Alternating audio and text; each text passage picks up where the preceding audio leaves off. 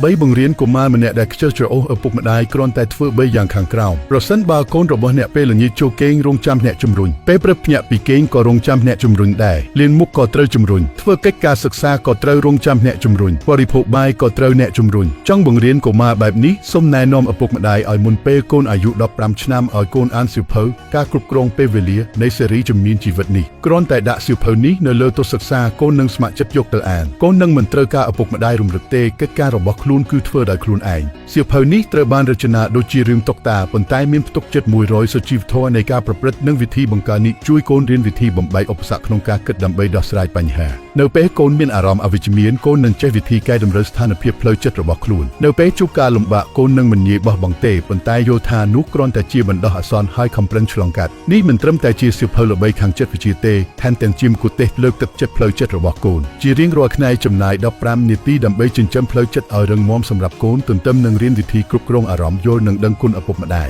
កូននឹងត្រូវបានហ្វឹកហាត់ទម្លាប់និងអរិយាបថល្អតាំងពីនៅតូចសៀវភៅនេះនឹងជាអំណោយដ៏មានតម្លៃដែលនឹងនៅជាមួយកូនពេញមួយជីវិត